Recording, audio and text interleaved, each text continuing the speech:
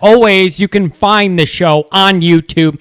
Do subscribe if you haven't yet. And if you approve of the content, go back up, give the video a thumbs up upon completion. I'd appreciate that as well. Twitter, search bar, Always Irish, or at JKZND4. Emails, alwaysirishnd@gmail.com. Audio only anywhere you want me. You can get me merchandise, link below in the description. So, here we are. We're quickly burning through the dog days of summer. Florida State is quickly approaching. Here's what I want to do.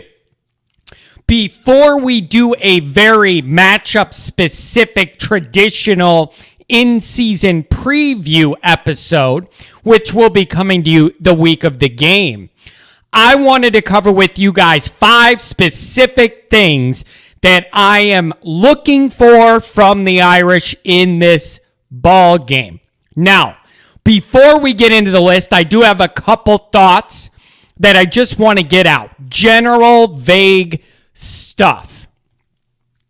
First, I am a tough guy to please when it comes to Notre Dame.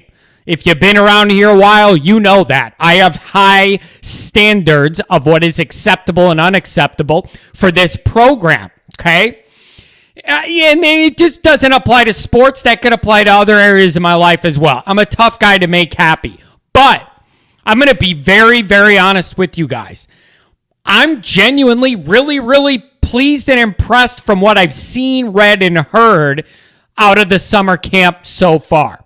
Now, I realize that is a very dangerous thing to say because there's a lot of fans of teams that are about to go 3-9, 4-8, 2-10, who may also think this of their team after seeing some practice clips so far in this summer. So I realize that's dangerous. Optimism is abound for nobody's lost a game yet, so everybody's in a good mood. Okay, for about one more week. That's it. Then people are going to start catching L's. But I'm serious here. These dog day of summer football sessions seem more intense to me than I am used to seeing. Now, I'm not there every day. I'm going off the clips I see on YouTube and Twitter and what the reporters that are there are saying. But from what I've seen, I got to be honest with you. These guys seem to be going really, really hard in these practices. Harder than I remember. I love to see that. I love to see it. Okay?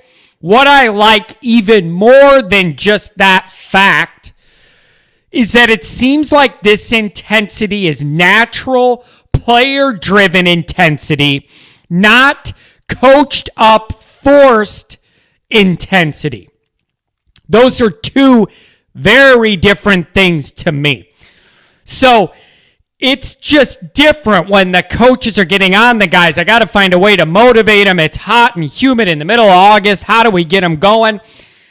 I don't feel like that's what's going on. I feel like a lot of this is player-driven, emotional intensity from guys that have a point to prove. And I, for one, am here for it. I love to see it. It's very, very encouraging. It feels to me like this program is a mature one, and these players want to take it to the next level. Judging by the clips, which can be deceiving, it seems like everybody else generally agrees with what I'm seeing. So things have really ramped up in intensity in fall camp. I love it. I love to see it. I think that's a really, really good sign. Notre Dame could be really, really tough to beat this year. They just need a few things to come together nicely. And I think Notre Dame could surprise a lot of people who have us on the books at 7-5, 8-4, a drop back year for Notre Dame. I am not the sunshine, rainbows, and leprechaun show, and everybody knows that. If you're here, you already know that. That's not my deal. Not this show. Wrong guy. If you just want all Irish shamrocks, everything's fine no matter what. Wrong guy, wrong show. This has never been that show. This is never going to be that show. I tell it how it is. I love what I see so far. I really do. I see the potential for Notre Dame to go out and be much better than a lot of people are predicting and say the hell with that rebuilding year John has been worried about all winter. We're in reload mode, not rebuild mode. That is certainly possible. There is a lot of talent on this ball club. A lot of talent. Now, nothing's guaranteed. We all know that.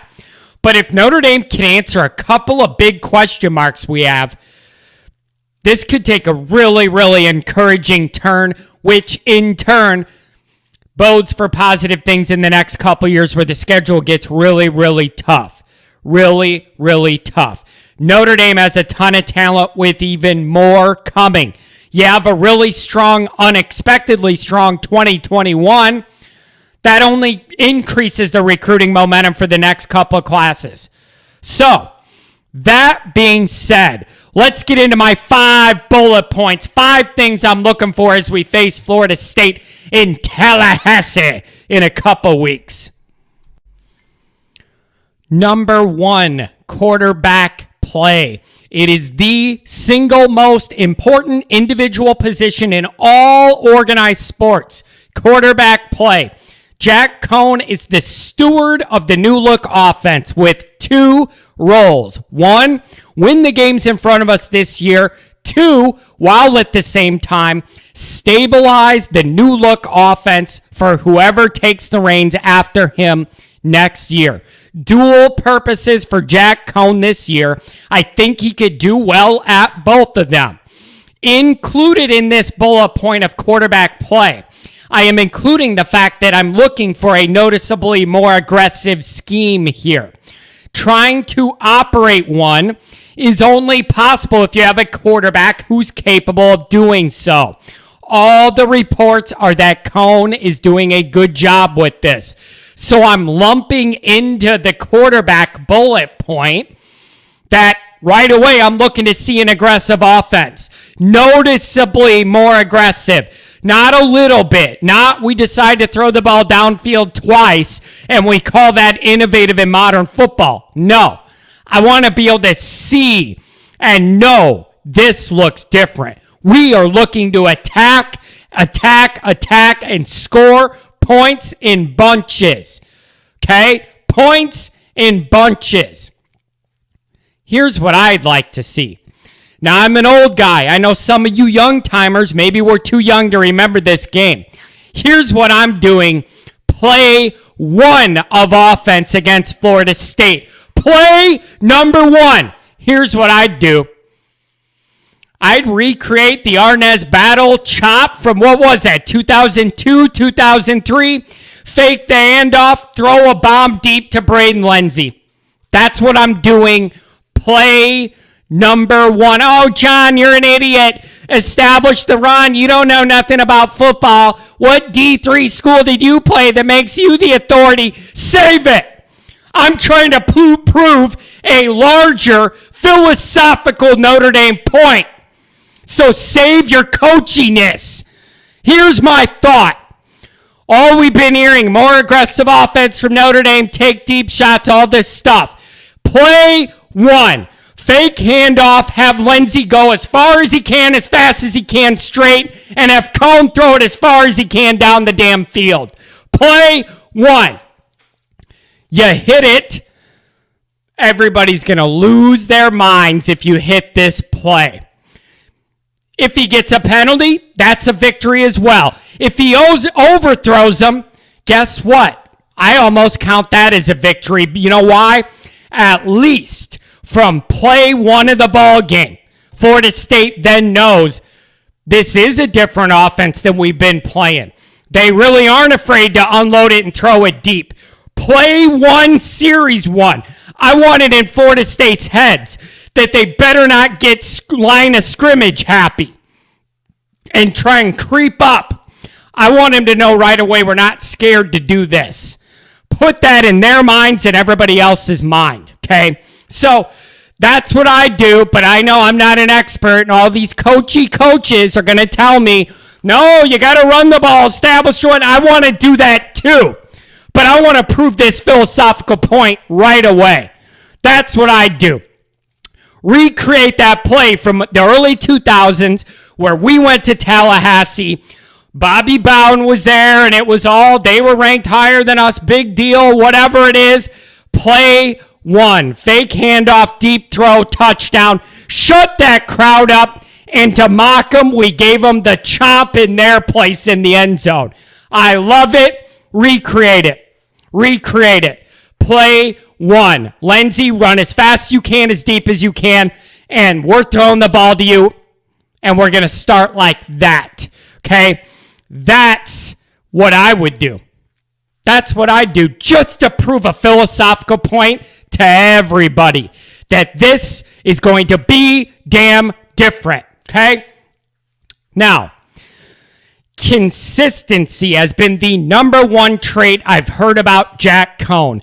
I love it. I love to hear that. That's the one thing you could never say about Ian Book. All the good things he did for us. I'm not saying he didn't, but you could never say consistency was Ian Book's strength. That is the report on Jack Cohn. I expect to see that. Accurate passes, hit your targets, make your progressions, don't put the ball in harm's way. This isn't a sophomore or a freshman. It's a guy on his last year of college football. I expect no dumb mistakes because you have no excuse for that when you're his age with his experience level. So save it, because I'm not listening to that from a transfer last year quarterback. No.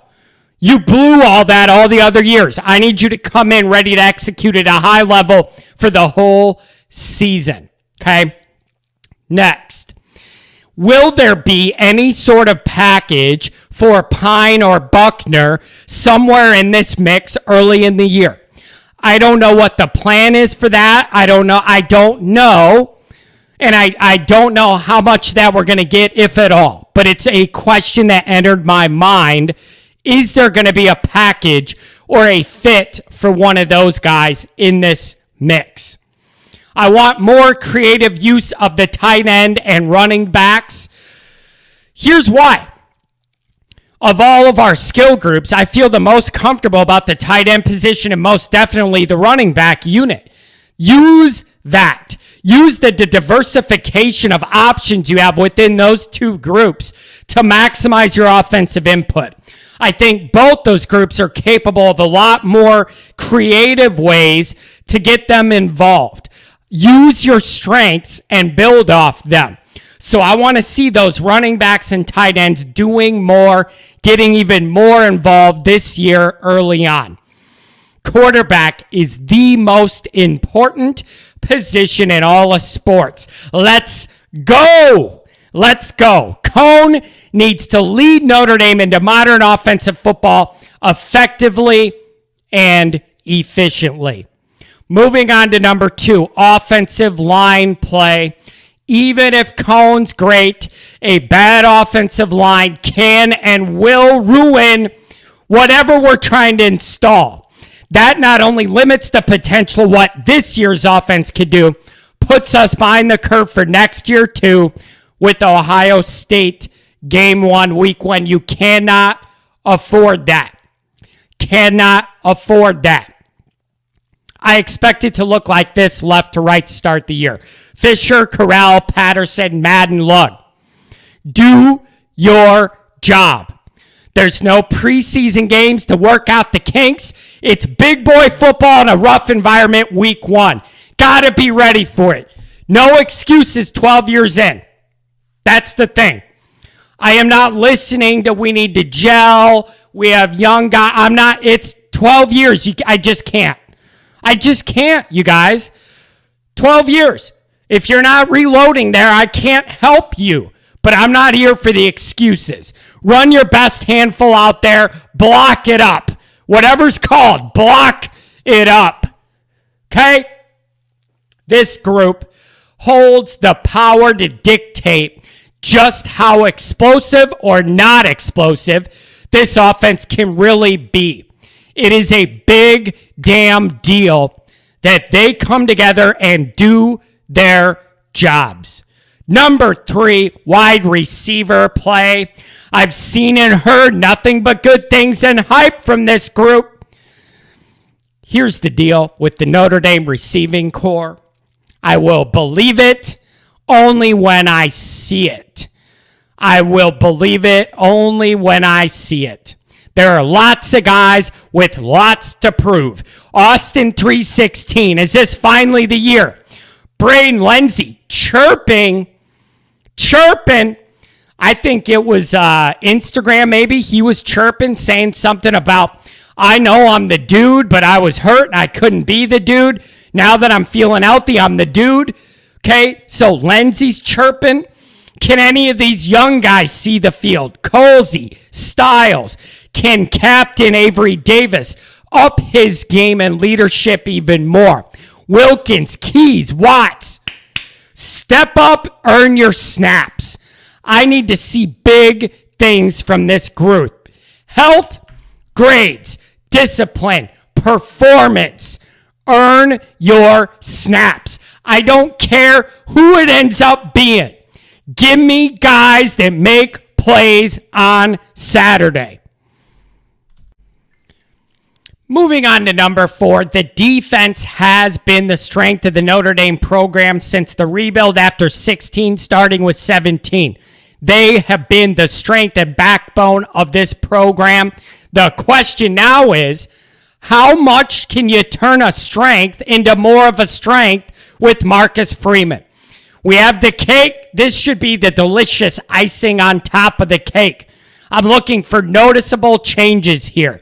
More aggressiveness, a little more blitzing, pick your spots, different packages and personnel. I'm ultra interested in this. We all love what the hashtag Freeman factor has done so far in recruiting. Now is our first chance to see the on-field results as well. I feel really, really good and strong about the front 7. My biggest worry is secondary play and depth. Cam Hart is one of the most important players on the team this year because it just makes me nervous. Behind Cam Hart, who himself is a name, a lot of casual Notre Dame fans don't even know who he is. You have zero experience behind him whatsoever. Zero. You have 2 freshmen and a sophomore next in line with no experience behind Cam Hart. If you ask me, it's inexcusable to end up in that depth-wise position. But for now, that's where we're at. Lewis at field corner, at least there's a guy with experience behind him in Bracey. But it's still too shaky of depth and established consistency for me to be comfortable with. Now, Hamilton's going to cover up some of this lack of depth just because he's so instinctual and knows where to be all the time. I've said it before. The problem with Hamilton is there's not 3 of them. There's only 1 of them. I need about 3 to feel good back there. Griffith, DJ Brown fighting for the other safety spot. One of them needs to have a great year or we're going to have problems. Kyle Hamilton can't be the corner, the safety, and all of it. Talent, yes. Proven results, no. To me, outside of Hamilton in the secondary. It drives me crazy. You got these high points like Hamilton, Julian Love in the secondary. It's just, I need 2 or 3 of each of those guys to give me what I'm really looking for on the back end. So there's some opportunity here for some guys to step up and claim a spot because it is just, it's too thin back there in terms of what I can count on and rely on outside of Hamilton. That secondary is what I'm looking at as my biggest concern with the front 7. Now, if you got a front 7 and a defensive line that could push up on the quarterback, that alleviates some pressure on the back end, obviously. If you're forcing the quarterback to make quicker decisions, you don't have to be quite as good lockdown on the back end. But it makes me nervous till I see some guys prove to me I could trust them back there other than Hamilton. I don't trust you till I trust you, and I don't trust them. So there's a lot of opportunity here, but some guys are going to have some reliable, great years back there for us to be where we want to be at the end of the year. Okay? Number 5, handling the environment of game 1. On the road, night game versus a hated rival, loud, drunk fans that are going to be drinking all day and be all wound up. You have that Florida humidity and heat, even though it's a night game. Also, this is a new factor. This is now the Bobby Bowden Memorial game. Don't underestimate that. They're going to build this up as win one for the Bowden and try and clip off Notre Dame to make him happy for the grave. That's a part of this game now that people need to give a little attention to. Okay? So, can Notre Dame get off to a strong start and shut that stadium up early? That is a big key of this ball game to me. Make plays early. Shut that crowd up. Shut them up. Based on where this program is at, what they've accomplished, and it being year 12 of Brian Kelly, I expect Notre Dame to navigate and handle this environment well. If you don't, after a dozen years, I can't help you. I can't help you. If we're in year 12 and you're overwhelmed to play a road game, I can't help you at that point. We need to be past that. Be ready to play right away. Transfer that intensity I've seen from these practices into this night game right away. So, those are my 5 items to watch for Notre Dame versus Florida State in Tallahassee in 2 weeks. Full game preview heading your way the week of the game, as well as some interesting programming announcements about some new features that might be coming to the Always Irish Media channel this fall. Stay tuned.